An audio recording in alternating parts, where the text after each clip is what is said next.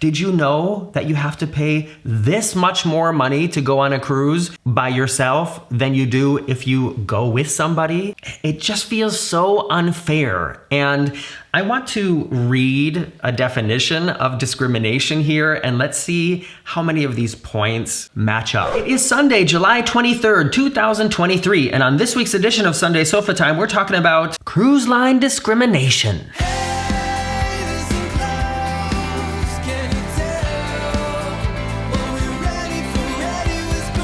Happy Sunday, everyone. It is almost the end of July. We're like halfway through 2023 already, and I am about to embark on my next cruise adventure. Next week, I'm flying to Barcelona to cruise on the Costa Smeralda, a very large, very new, kind of interesting, flashy cruise ship from the Italian brand of Carnival Cruise Lines, which is Costa.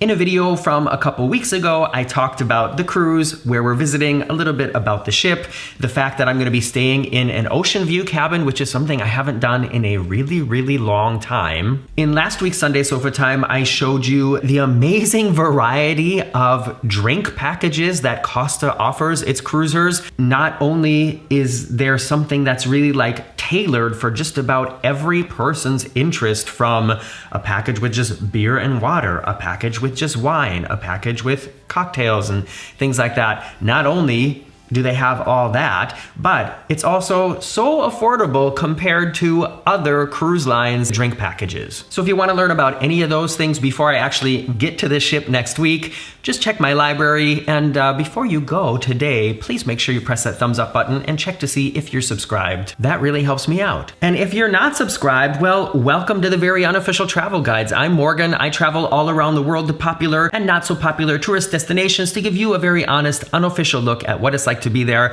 I also wrote a book about traveling called Getting Stitches on a Cruise Ship. It tells a little bit about what I was doing before I got to YouTube, how I started doing YouTube, and then there's 10 short stories of true kind of crazy things that have happened to me while traveling around the world. It's not only a way to get a fun little book to read next time you're waiting in the airport maybe, but it's also a great way to support what I do here on YouTube. Check out Getting Stitches on a Cruise Ship. It's available on Amazon now. And today, like I mentioned, I want to talk about what I want to talk about is actually a question, and that is the way that cruise lines charge solo travelers so much more money, is that in a way a form of discrimination? And I need to say this in advance. Discrimination is a very serious topic. People who experience discrimination based on their race or their sexuality, there are many forms of discrimination that are not something to poke fun at. They are not something to be taken lightly. They are serious issues. And whether or not what the cruise lines do to solo passengers can be counted as a form of discrimination, whether or not that's true, it's not at the same level as other forms of discrimination.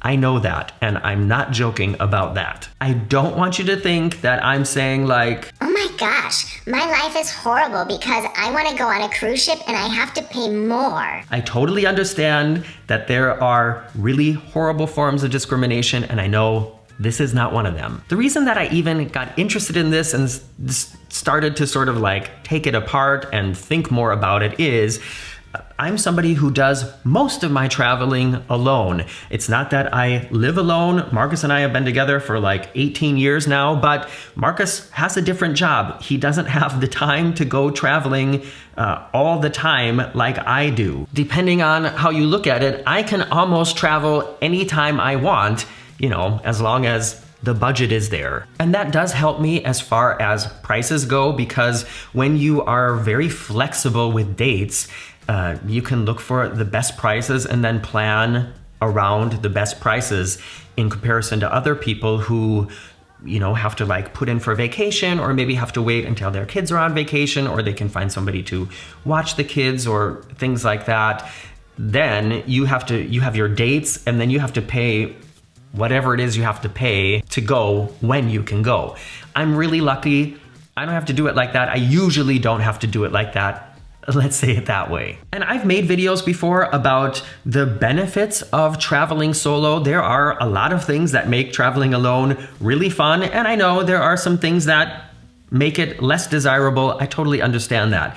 That's not what this video is about. I want to specifically talk about what it's like to try to book a cruise as a solo traveler and how much extra money you have to pay to do it. And because I think many of you out there who watch my videos have never tried to book a cruise as a solo cruiser, I'm gonna do that right now and show you how much extra it costs. Here we are on the Royal Caribbean website. I think everybody knows Royal Caribbean. Many of you cruise fans have cruised with Royal Caribbean. Check out these really skinny kids here on the beach at Coco Cay. This boy needs to spend some time at the buffet. Give him a cheeseburger. Anyways, we're just looking for examples here. So I'm gonna take Bahamas, Caribbean, whatever, and search for cruises. I wanna find, first of all, something that's really inexpensive. So here's a cruise on the Freedom of the Seas, $253, 3 nights. Like I said, we're just looking for examples here, and I'm gonna look for a more expensive one after this. Clicking through here, and I'm just gonna take the least expensive option. So this is where it gets important. 2 adults here. Interior. We Pick Your Room is where they just sort of assign you, I guess, the next best cabin shortly before the cruise. That's what I did on the Smeralda too, and I actually got a pretty good cabin, I think. I got my cabin assignment already, and I guess I'm happy with it. All right, so I'm gonna click on select. Remember, this is 2 people in an inside cabin for a short cruise. And it's saying here that the total price is $750 US. So it's like $375 per person. You can see here are the stateroom totals and then the taxes and fees. And then it says here, today's savings. I don't know what that's about. I don't see that listed here anywhere. $750 split by 2 people for this cruise. Now, let's scroll back a little bit to this page, and I'm gonna change it to 1 adult. This is gonna get interesting. Remember, it was $750 for 2 people in an inside cabin, and now the price that it's listing is $716. How can they do that? It's so frustrating, and sometimes the difference is even more. And $716 US for a 3-night cruise is a ridiculous price. Let's go back here to my search results, and I want to take a much more expensive cruise just to see the difference. Well, this isn't much more expensive, but it's $900 per person for a 7-night cruise. Let's take this price here. Once again, just clicking on the least expensive options here, it automatically defaults back to 2 people in the room or the cabin. Interior for $900, you pick the room, or they pick the room, and the price that it is listing here is $2,111.74. So let's like say $2,112 split by 2 people. Scrolling back.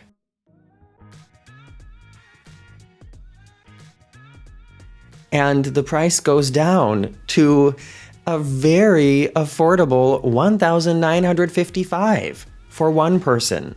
So frustrating. And it's like a 90% upcharge to cruise solo on Royal Caribbean. But let's take a look at another well-known cruise line, Norwegian. Here we are on the NCL website. This is the Norwegian Epic, one of the few ships that I've cruised on twice, actually. And I think that this is Croatia. So we're gonna do the same thing here. I'm just gonna take, what did I have? I had Bahamas and Caribbean. I mean, it doesn't even matter, but let's just look for examples again. So this is a very similar cruise to what the first cruise was that was offered on the Royal Caribbean page. One difference with NCL is there are a few more things included in the price, but still, this is 636 euros. Sorry. Royal Caribbean allows me to shop their page as if I'm in the USA, and most of the other cruise lines don't. But let's check this out. This is 636 euros per person. Let me try to get to a final price here quickly. Number of guests, 2. Oh, and all of a sudden it says my previous selection is no longer available. All right, well, then I'll take a family inside. All right, we got a price here. And if I go with just cruise, I can make another video about this, but Norwegian offers a lot of things included. So for just 99 euros extra, you can get a drink package, a dining package, free internet, and some excursion credits. So that's always a good deal on NCL. But let's go with the cheapest option here. And this is giving me a price of 1,388. Remember, divided by 2 for this short cruise. Let's change it here to 1 and see what happens. Now the price goes down to 1,185. And I know that many of the Norwegian ships also have a solo cabin section. I've toured a solo cabin as well. So let's try to check out one of those cruises, one of those ships. Here is a 10-day cruise on the Norwegian Getaway, also a ship I've been on, and I know they have the solo cabins. Still, let's first check at what the price is going to be for 2 people cruising together in the least expensive cabin I can find. This is a cruise in December. We have a price of 2,298 euros divided by 2, so 1,150 almost per person for a 10-night cruise. Not a bad price, actually. But I'm not going to change this to 1 here.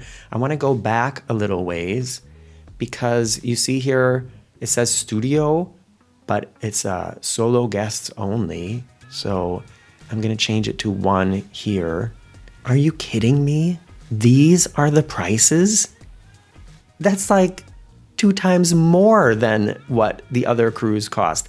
I think these were the dates. Okay, so it's not as bad as I thought it was going to be, but still, they're offering studio rooms, which are inside cabins, which are even smaller than a normal inside cabin for 1,799. All right, one more cruise line I want to check out, just out of curiosity, is Disney. Here we are. And let's pick a cruise in December, sailing to Bahamas or the Caribbean from any port. First of all, checking out a short cruise here, 3-night Bahamian cruise from Port Canaveral. All right, we've seen similar cruises on the other sites. This seems to be the least expensive one, but still pretty expensive. That's Disney for you. It's a very maritime Bahamian cruise. We have 2 selected, confirmed travel party. And the least expensive option is gonna be... No, it seems like that's what the price stays at. 2,451 for a 3-night cruise. Oh, Disney. Scrolling back, let's select 1 person here. It says already, if you would like a stateroom for just 1 person, you will be charged the same total package price as 2 guests staying in the same stateroom. So that means it doesn't get cheaper at all. Disney is asking 2,289 euros, which is probably about $2,500 for 1 person to cruise on a 3-night cruise. That's just ridiculous. Before we continue diving into this topic, I want to know right now, let me know in the comments below, did you know that this is what it's like when you try to book a cruise as a solo traveler? Did you know that you have to pay this much more money to go on a cruise by yourself than you do if you go with somebody? It just feels so unfair. And I want to read a definition of discrimination here, and let's see how many of these points match up. I got this from Wikipedia. It says, discrimination is the act of making unfair, this does definitely feel unfair, or prejudicial distinctions between people based on the groups, classes, or other categories to which they belong or are perceived to belong, such as race, gender, age, or sexual orientation. So, like I mentioned before, being discriminated against because of your race, your gender, your age, or your sexual orientation, that's a horrible thing. That's different than this. Discrimination especially occurs when individuals or groups are unfairly treated in a way which is worse than other people are treated. So if I stop the sentence there, making people who have somebody to travel with pay considerably less than the people who don't have anybody to travel with or don't want to travel with somebody else. That definitely fits to this. But let me read the whole sentence again from the beginning. Discrimination especially occurs when individuals or groups are unfairly treated in a way which is worse than other people are treated on the basis of their actual or perceived membership in certain groups or social categories. So I don't know if that's where it kind of gets tricky. Are people who are not married, who don't have partners, who don't have friends that can travel with them, are solo travelers considered a group? You know what I mean? I don't know. I don't have an answer for this. I just want to go through it and discuss it, and I'm really interested to hear what you have to say about it as well. It involves restricting members of one group from opportunities or privileges that are available to other members or that are available to members of another group. And I guess one big elephant in the room here is the really bad forms of discrimination based on race or gender, things like that. Those are things that the people who are being discriminated against, they can't change that. That is something, they are that, and that's something they can't get past.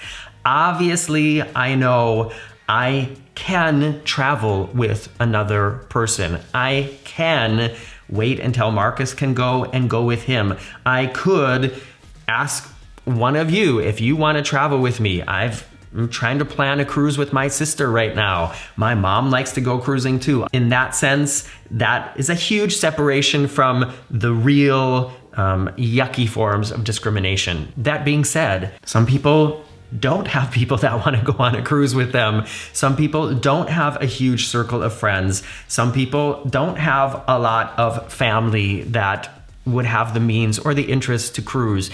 And why is it that those people have to pay hundreds or thousands more for the same experience than somebody who just happens to have somebody else to go with them? Whether or not it technically counts as discrimination, it's definitely unfair, and it definitely feels mean. The more I think about it, I'm actually really surprised also that the solo studio cabins on NCL, I thought, okay, they are catering towards solo travelers. They have this whole section in their ship that is just for people who are staying in a cabin alone. They have these smaller cabins that are all inside.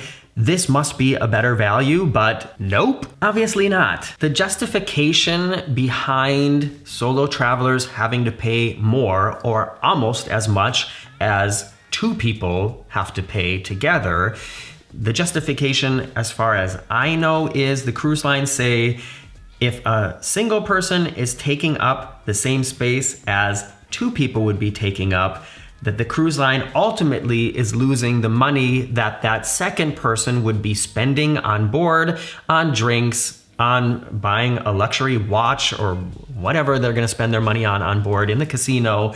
And that's why the cruise line says, yes, we have all these wonderful things to do on board. We want everybody to come and feel welcome, but come with somebody else. And if you can't find anybody else to come with, we don't want to pay for that. You're going to pay for that. And it definitely seems unfair. Whether or not it's actually discrimination, and it frustrates me because I would really like to be able to show you all many more of these luxury cruise ships, non-luxury cruise ships. There's a lot of cruise lines that I have yet to try or would like to try again, but when you look at these prices of what it costs for somebody to cruise alone, yeah, I'm making money here on the Very Unofficial Travel Guides, and yeah, I'm making money from getting stitches on a cruise ship, and yeah, I'm making money from all the amazingly generous people who are members of my Patreon page, but I'm not making that much money. So luckily there are times when Marcus can come with, and also I have access to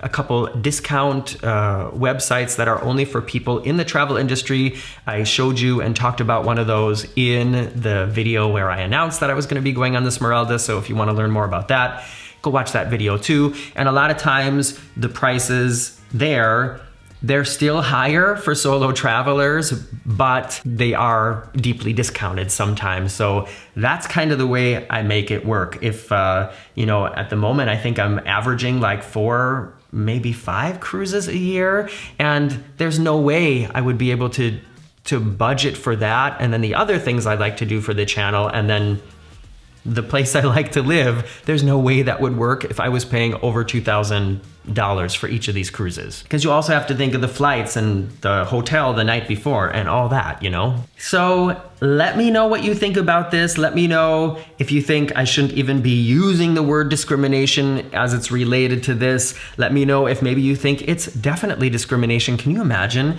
if there all of a sudden was like a huge lawsuit and everybody who ever cruised solo and had to pay this extravagant, exorbitant extra fee? Can you imagine if everybody got that money back and the cruise lines had to pay it? That would be quite a thing. Like I said, I'm interested to hear what you have to say about all this. Let me know in the comments below. And now will come the time on Sunday Sofa Time where I comment on your comments live on air.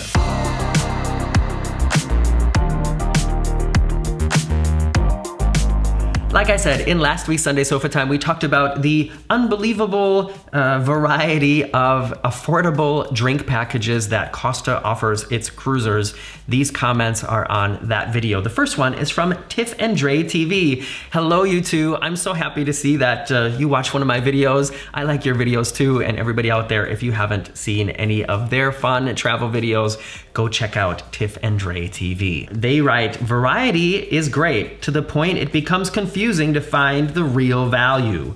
I think they know that. However, I believe the cruise lines are honestly trying to provide options for everyone, and in doing so, consumers have to dig through or use others to discover the value. So I guess I'm one of the others who's helping you discover the value. And yeah, with so many options, of course, it requires you to do a little more research to find the one that's right for you. But in the end, I'm very willing to do that if it means it's gonna save me money and not make me spend money on something that I don't necessarily need. You know what I mean? And that's why having all these different options on Costa, I think, is really great, because there is something that is just about right for everyone. Next comment is from Fantastic Voyages. They write, if traveling with children, cruise lines like Princess and NCL are really frustrating as their included drink package options, such as Plus and All at Sea, are not price adjusted for kids.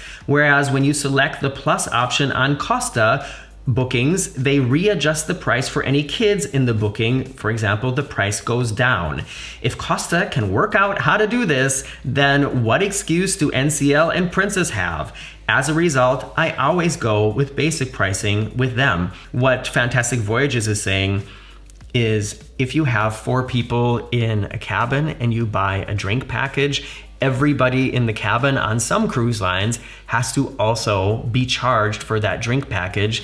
And what Fantastic Voyages is saying, that if you get some kind of drink package that includes certain things that you know the kids are not gonna drink, but they're in your cabin, I guess NCL and Princess still makes you pay for them as if they would. And that also seems really wrong and unfair to me.